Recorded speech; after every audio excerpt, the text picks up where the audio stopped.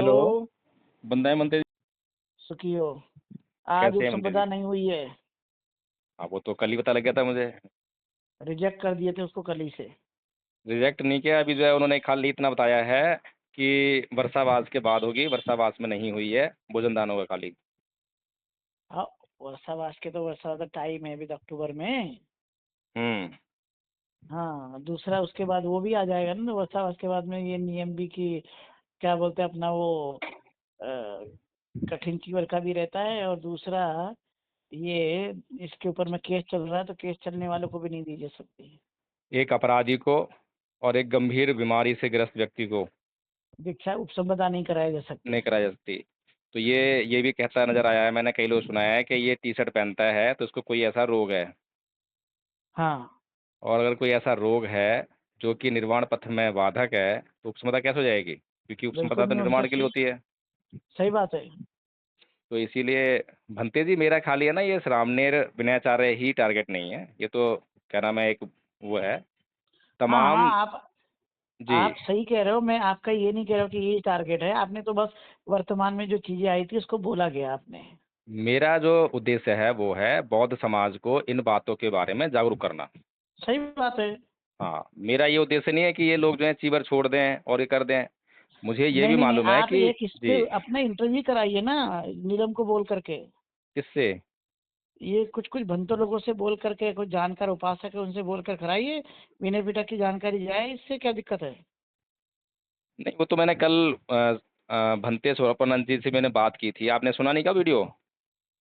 हाँ, क्या बोले। मैंने काफ़ी डिटेल में उनसे चर्चा करनी चाहिए लेकिन वो चुप हो गए हम्म। और कह रहे मैं नहीं जानता। तो अब उन्होंने जो मेरे को सवाल का जवाब दिया है वो खुद ही अच्छा। उनके भिक्षु होने पर जब प्रश्न चिन्ह लगाया जाता है कि आप जो है कैसे जो है किसी भी उपासक को आप जो है प्रश्नों हाँ, का उत्तर देने से मना कर सकते हैं, या तो आपको जानकारी नहीं तो मना कर दी, जानकारी नहीं है तो उन्होंने क्या क्या बोला इसमें। कि मुझे नहीं पता। नहीं नहीं, उन्होंने क्या क्या बोला आपसे ये कह रहा हूँ। हाँ, उन्होंने ये कहा कि कल जो है उपसंपदा नहीं होगी हाँ और कल जो है खाली भोजन दान होगा। हाँ और उपसंपदा के बारे में फिर बाकी चर्चा नहीं हुई। मैंने उनसे पूछा कि भंते जी, क्या कोई भिक्षु जो है चीवर की जगह हाँ पर टी शर्ट पहन सकता है? तो हाँ, उन्होंने उसका सवाल का जवाब देने से मना कर दिया। मैंने कहा क्योंकि कोई वो भी खुद भिक्षु, शर्ट पहनते हैं। हाँ कोई भिक्षु जो वो भी है खुद शर्ट सत पहनते हैं। है। मैंने हाँ उनसे ये पूछा कि कोई भिक्षु जो है अपने सर पे बाल रख सकता है क्या? तो कह रहे हाँ कि नहीं, कोई परिस्थितियाँ ऐसी आती हैं। मैंने कहा हाँ, वो परिस्थितियाँ ऐसी हों जबकि साधन उपलब्ध ना हो या समय ना मिला हो, लेकिन सैलून जाके उसकी जो है 7 से 10 दिन का रास्ता। हाँ।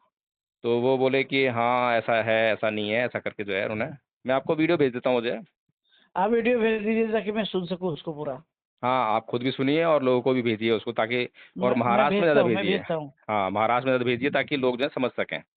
ठीक है, ठीक है। हाँ हाँ, ठीक है ओके। बनते जी, और बताएं। बाकी सब ठीक है। लेकिन महाबोधि महाविहार के लिए जो मैंने चिंता जाहिर की थी उस पर क्या कर रहे हैं? कैसी। भिक्षु संघ बने या उपासक संघ बने, हम्म जो ये निर्णय कर सके कि हाँ कौन बौद्ध है कौन अबौद्ध है।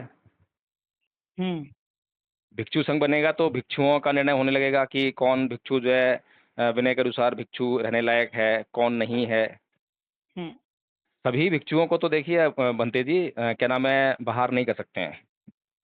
लेकिन बराबर है। जैसा कि भगवान बुद्ध ने कहा था कि मेरे हाँ, बाद जो है छोटे मोटे विनय के जो नियम हैं उनको छोड़ देना चाहो सही बात है। तो छोटे मोटे नियम का मतलब ये नहीं है कि मूल नियम को छोड़ दें। ना ना, मूल नियम को कभी नहीं छोड़ सकते। हाँ, तो निर्वाण पथ के मार्ग के जो तत्व हैं वो मूल हैं, उनसे किसी भी राइट। प्रकार से जो है कोई भिक्षु समझौता नहीं कर सकता, ना उन्हें छोड़ा जा सकता। सही है। हाँ, उसके अलावा जो बाकी जो छोटी मोटी चीज़ें हैं, जैसे कि अब ये जो एक नियम है कि वर्षावास में जो है उपसंपदा नहीं हो सकती। हाँ। अब ये जो नियम ऐसा है कि जिसको कि मॉडिफाई किया जा सकता है, क्योंकि अब जो है समय बदल गया है और अब ऐसा स्थान नहीं है कि अब दूर दूर जंगल में जाके जो है विहार हो और वहाँ पे आने जाने की व्यवस्था ना हो। तो हम्म वो एक समस्या थी उस समय। तो अब जो वो हम्म। समस्या नहीं है, तो इस ऐसा नियम जो मॉडिफाई हो सकता है, लेकिन ऐसे हम्म नियमों को तो आप जो है पालन करते हो, और जो निर्वाण पथ के लिए मूल तत्व हैं उनको आप जो छोड़ने की बात करते हो, हम्म तो वो समझ में नहीं आता है। हम्म।